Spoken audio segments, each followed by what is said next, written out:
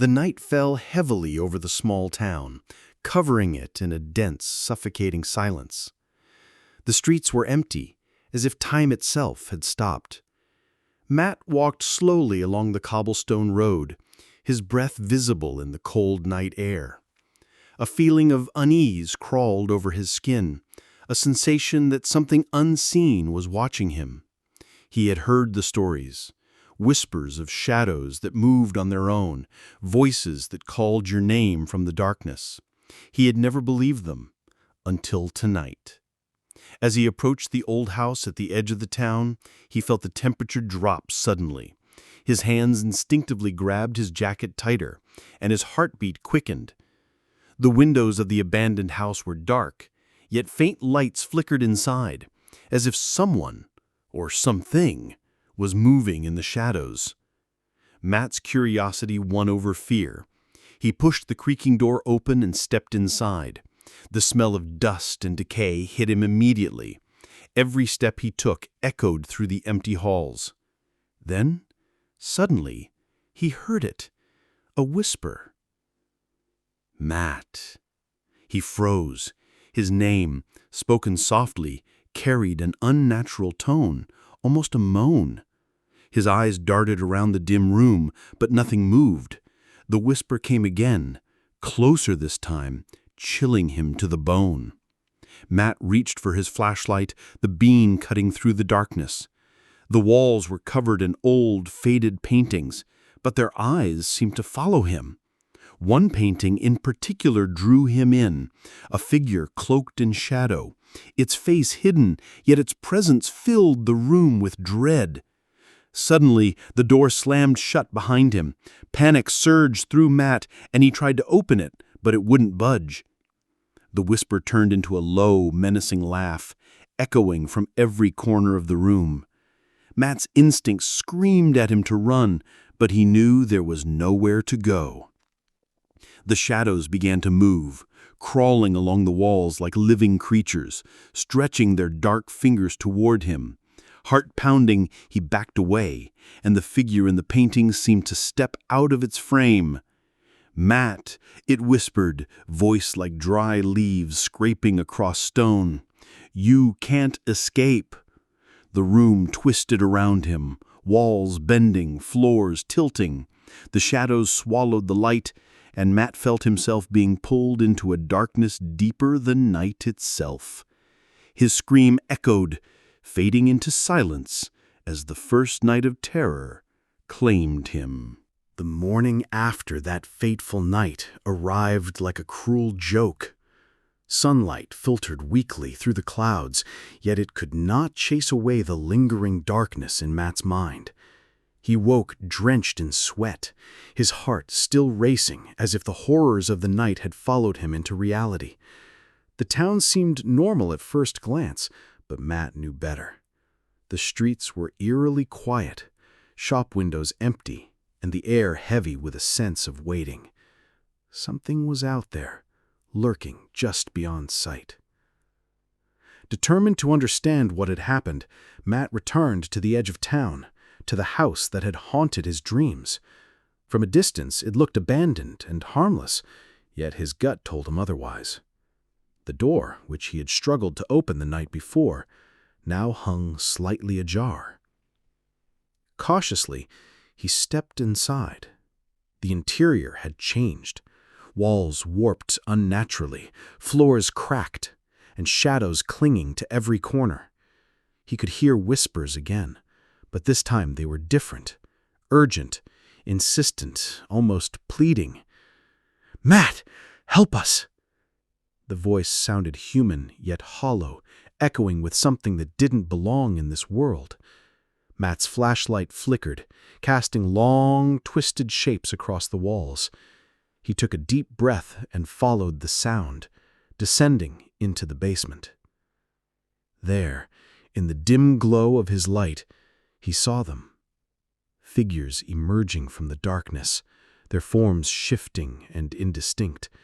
Faces appeared and disappeared in the shadows, eyes gleaming with a strange, malevolent intelligence. "Who are you?" Matt whispered, though his voice trembled. A figure stepped forward, its movements unnatural, like it was gliding rather than walking. Its voice was low, almost melodic, yet chilling. "We are the lost, the forgotten, trapped between worlds. You have opened the door, Matt. Now you belong to us."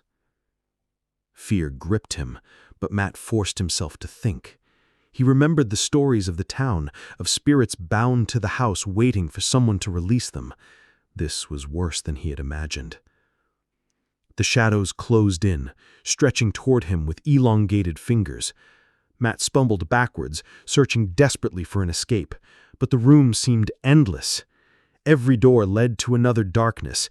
Every corner revealed more figures, all whispering his name, all beckoning him deeper into the house. A cold hand brushed his shoulder, and Matt spun around. There was nothing there, yet the sensation remained. He could feel the house itself alive, breathing, feeding on fear. Then, from somewhere above, a loud crash echoed.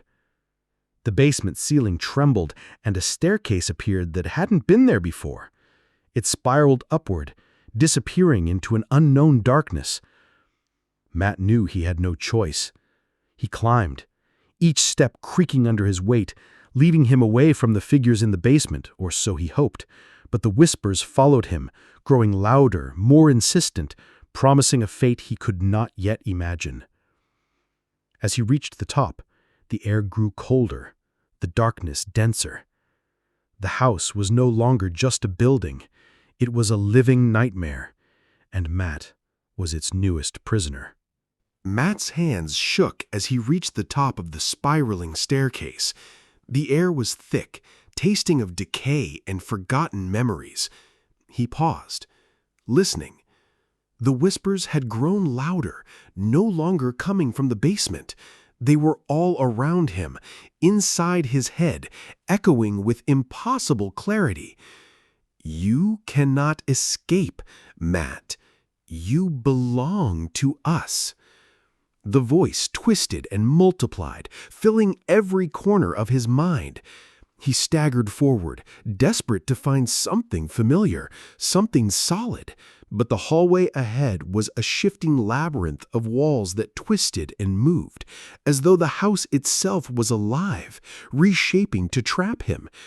He tried to call out, but his voice was swallowed by the oppressive darkness. Each step felt heavier than the last, and the air grew colder, numbing his skin and seeping into his bones. Suddenly, a door appeared to his left, a faint light seeping through its cracks. Hope flared within him.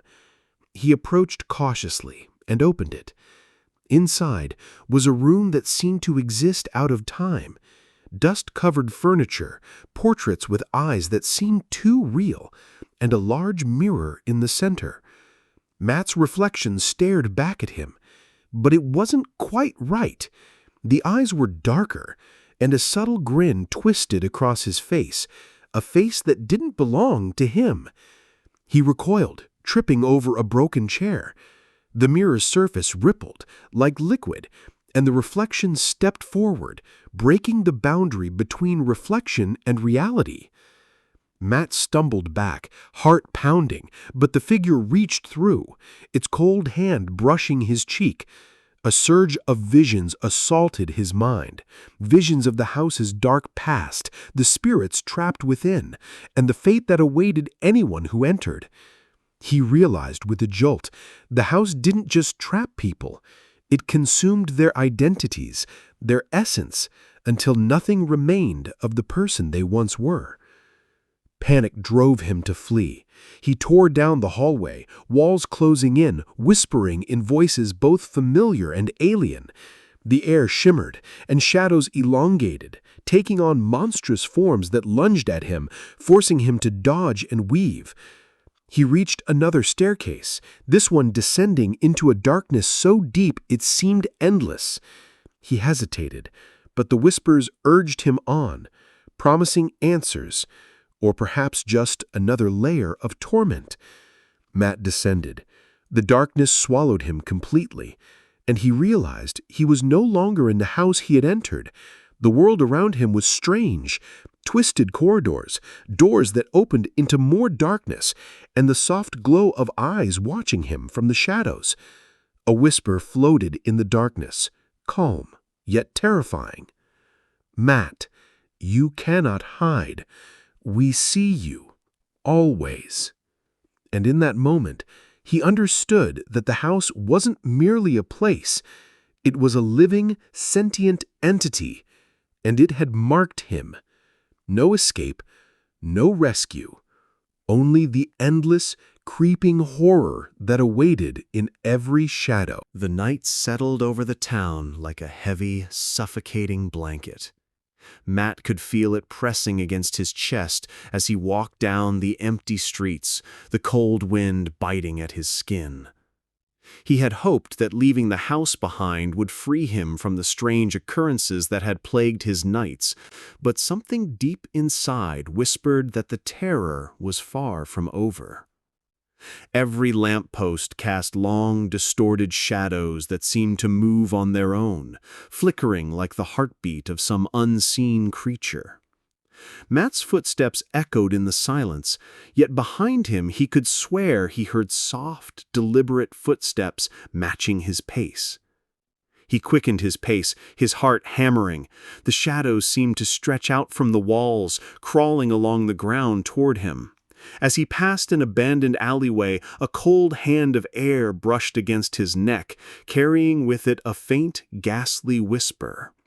"Matt." He spun around, but no one was there. Only the darkened alley stared back, empty, yet alive, almost breathing. He could feel the walls closing in, the night watching, waiting.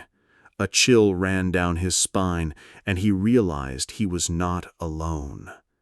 Suddenly, a flicker of movement caught his eye. A figure, barely visible, seemed to dissolve into the shadows the moment he looked directly at it. Matt stumbled backward, his heart racing. He remembered the warnings from the old man at the edge of town, the one who spoke of the watchers that moved unseen in the night. People had laughed at his stories before, but now Matt knew they were real. The whisper came again, this time louder and more insistent. "Matt, come closer." Every instinct screamed at him to run, yet something, a pull, an invisible force drew him toward the alley. As he stepped closer, the shadows thickened, swallowing the weak lamplight. Shapes moved inside them, twisting and contorting, forming faces with hollow eyes and gaping mouths that seemed to scream silently. Matt's breath came in ragged gasps. He tried to call out, but his voice failed him. The darkness around him pulsed and throbbed like it had a life of its own. And then, just as suddenly as it had appeared, the figure lunged from the shadows, not at him, but past him, into the deeper darkness beyond the alley. He stumbled forward, heart racing, and caught a glimpse of what seemed to be a door, half hidden behind the walls of shadow. It was old, decayed, yet it exuded an unnatural presence, as if it belonged to another world entirely. Matt knew he shouldn't, but he was compelled to open it. The air inside was colder than anything he had felt before, and a thick, suffocating fog rolled out, swallowing him whole. Whispers surrounded him from every direction, unintelligible yet threatening, pressing against his mind. He tried to fight, to step back, but the door seemed alive, gripping him, urging him forward. As he crossed the threshold, the alleyway disappeared, replaced by a narrow corridor lined with cracked mirrors. Each mirror reflected not only his image, but distorted, nightmarish versions of himself. Faces twisted in pain, eyes hollow, mouths open in silent screams. He realized with a shudder that some of the faces moved independently, staring directly at him with a malicious awareness. A low, guttural laugh echoed through the corridor, bouncing off the mirrors, coming from everywhere and nowhere. His legs trembled, but he pressed on, driven by a mix of terror and necessity. He knew that whatever awaited him at the end of the corridor was the key to understanding the horrors that had begun to haunt him. And then, at the very end, a single mirror stood apart, larger than the rest, its surface rippling like water. Matt approached it cautiously, his reflection dissolving into a swirling dark void. And as he stared, he heard a final whisper, clear and intimate. "You cannot escape, Matt. Not anymore." The world behind him dissolved completely. He was no longer on the street, no longer in the town that he had known. Only darkness and the whispering shadows remained, and a sense of being watched, hunted, and trapped filled him entirely.